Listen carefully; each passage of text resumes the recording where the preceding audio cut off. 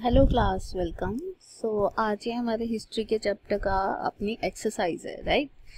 सो हम एक्सरसाइज कर लेते हैं, ख़त्म, चैप्टर वाइंड अप हो जाएगा फिर। स्टेट वेदर ट्रू और false James Mill divide Indian history into 3 period, Hindu, Muslim and Christian. James Mill ने इंडियन हिस्ट्री को 3 पार्ट में डिवाइड किया, हिंदू, मुस्लिम, क्रिश्चियन। क्या ये ट्रू है या फॉल्स है?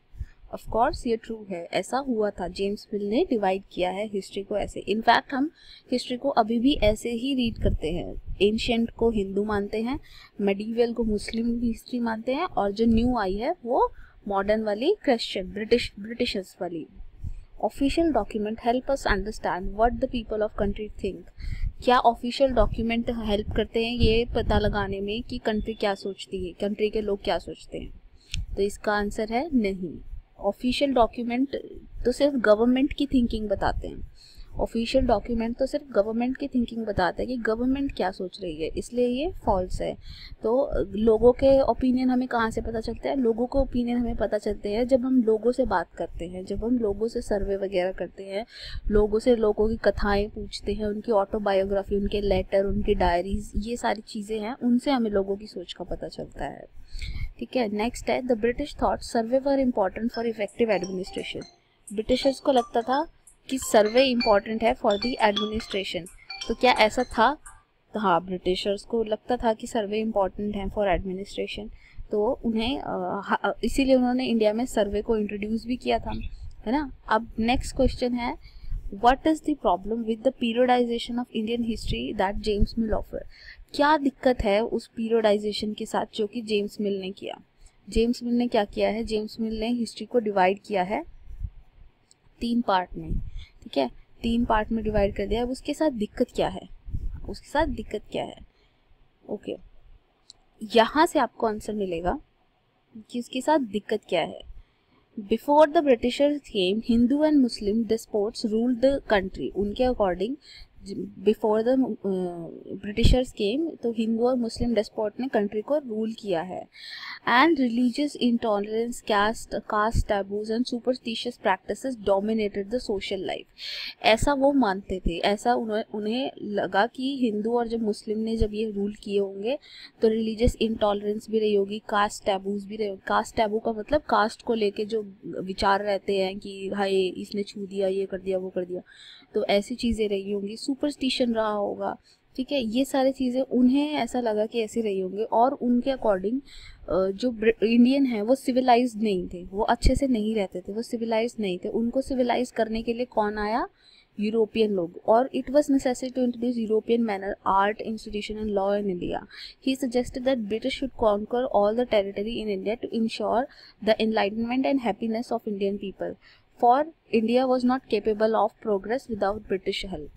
वो कह रहे हैं कि इंडिया बिल्कुल भी केपेबल नहीं है अपनी प्रोग्रेस खुद करने के लिए, ब्रिटिशर्स की ज़रूरत उसे पड़ेगी ही पड़ेगी फॉर अपनी बेटरमेंट के लिए उन्हें ब्रिटिशर्स की ज़रूरत पड़ेगी। तो ये ही प्रॉब्लम थी इसके साथ। तो जो इनकी ये जेम्स मिल की जो पीरियडाइजेशन है उसके साथ डिफ़िकल्टी ही यही थी। इट इज़ देखो, this division too has its problem. जो among the British classification historian have divided Indian history into ancient, medieval and modern. जो लास्ट पैराग्राफ है वो देखिए, this division too has its problem. It is a periodisation that is borrowed from west where the modern period was associated with the growth of all forces of modernity. This division has its problem. इस division की खुद की problem है। अब वो problems क्या क्या हैं? वो प्रॉब्लम है कि ये लोग मॉडर्निटी किसे मान रहे हैं? ये मॉडर्निटी मान रहे हैं साइंस को, रीजन को, डेमोक्रेसी को, लिबर्टी को, इक्वालिटी को। medieval term was a term used to describe a society where these feature of modern society does not exist. जो मेडिवल टर्म है, मेडिवल सोसाइटी जो जिसमें मुस्लिम्स ने रूल किया, वो दिखाने वाला जो टाइम है उसमें बताया जा रहा है कि मॉडर्न सोसाइटी जैसा कुछ भी वहाँ पे एग्जिस्ट नहीं करता था, ना साइंस, ना रीज़न, ना डेमोक्रेसी, ऐसा कुछ भी नहीं। Can we uncritically accept this characterisation of the modern period to describe the period of our study? क्या हम इस सब को ऐसे ही मान सकते हैं? नहीं। क्यों नहीं मान सकते? क्योंकि डेमोक्रेसी और लिबर्टी की अगर बात करें और इक्वालिटी की बात करें तो ब्रिटिशर्स ने इंडिया को डेमोक्रेसी, लिबर्टी और इक्वालिटी पे नहीं जीता। उन्होंने इंडिया को डेमोक्रेसी इक्वालिटी वगैरह फील नहीं करने दी, वो अपनी मर्जी से अपने अकॉर्डिंग चलाया करते थे, राइट। तो ये यहाँ की प्रॉब्लम थी, ठीक है। एक तो ये प्रॉब्लम कि वो इंडियंस को अनफिट मानते थे, कि वो ब्रिटिशर्स की हेल्प के बगैर कभी भी प्रोग्रेस नहीं कर सकते। और दूसरा ये कि जो ये नोशन है, जो मॉडर्नाइजेशन की नोशन है, वो वेस्ट के साथ एसोसिएट की जाती है। हमारे लिए मॉडर्नाइजेशन की कुछ और डेफिनेशन हो सकती थी, ठीक है। ऐसा ज़रूरी नहीं है कि हम डेमोक्रेसी को बिल्कुल ही मानते नहीं थे, हम भी मानते थे, ऐसा हो सकता है कि हम मानते थे, है ना। तो जो ये चीज़ें हैं, यही दिक्कत है इसके साथ मेनली, कि ये इंडियंस को केपेबल ही नहीं मानते हैं कि वो अपने आप को रूल कर सकते थे। उनके अकॉर्डिंग हमारे यहाँ हमेशा से ही प्रॉब्लम थी, हिंदू मुस्लिम एक दूसरे को कभी भी सहन नहीं कर सकते थे, उनके अकॉर्डिंग ऐसा था, बट ऐसा असलियत में नहीं था। Why did the British preserve official document? Britisher official documents को क्यों प्रिजर्व करते थे? इसका क्वेश्चन, इसका आंसर आपको मिलेगा ओके यहाँ से, कि क्यों एडमिनिस्ट्रेशन प्रोड्यूसेस रिकॉर्ड, क्यों वो ऑफिशियल रिकॉर्ड रखते थे। उनकी the Britisher believe that act of writing was important. तो फर्स्ट ऑफ ऑल आप ये लिखेंगे, the British believe that act of writing was important.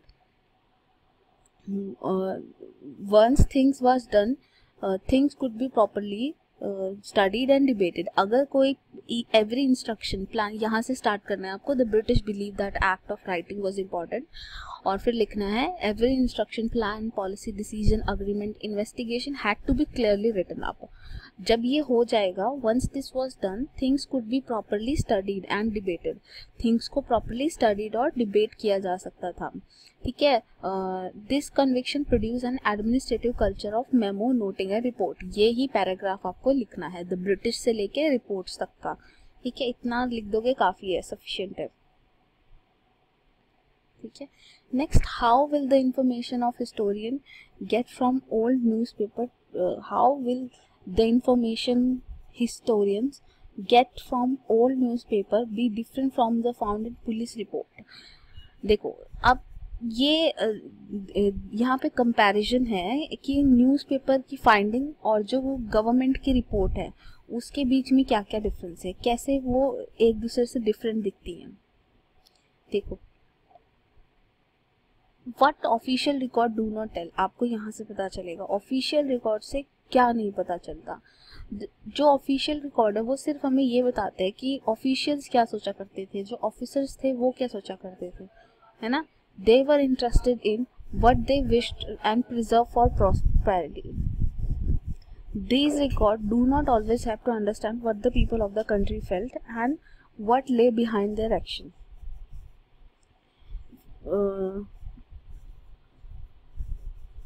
तो यहाँ पे आपको बताना पड़ेगा कि कैसे जो न्यूज़पेपर है, वो न्यूज़पेपर तो लोगों की जो भी व्यूज़ होते थे, लोगों के जो भी नज़रिए होते थे उसको लिख के देते थे, लोग उसमें अपना अपना डिबेट करते थे। लेकिन जो पुलिस रिपोर्ट होती है, पुलिस रिपोर्ट में सिर्फ गवर्नमेंट का ही व्यू लिखा जाता है, जो ये गवर्नमेंट का व्यू होता है सिर्फ वो लिखा जाता है। इसलिए उन दोनों की हिस्ट्रीज अलग अलग मिलती हैं, कि एक तरीके से न्यूज़पेपर में तो लोगों ने अपने अपने व्यूज़ लिखे हुए हैं, ठीक है, और पुलिस रिपोर्ट में सिर्फ गवर्नमेंट जो चाहती थी वो।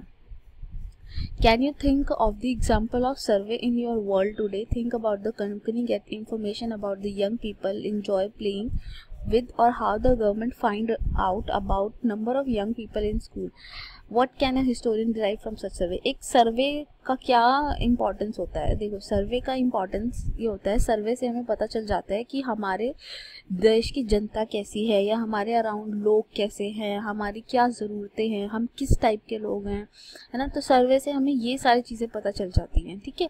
तो क्वेश्चन 5 आपको करने की ज़रूरत नहीं है, आपको 1 2 3 4 1 से 4 तक क्वेश्चन करने हैं। 5th को जस्ट समझना है कि इसका एसेंस क्या है, ठीक है। इसको लेके हम कभी एक्टिविटी करेंगे जब हमारा स्कूल खुलेगा, या फिर हम फ्लैश कार्ड एक्टिविटी में इसको ले सकते हैं, ठीक है। इसमें कोई आपका डाउट रहता है तो मुझे पूछिए, otherwise thank you so much.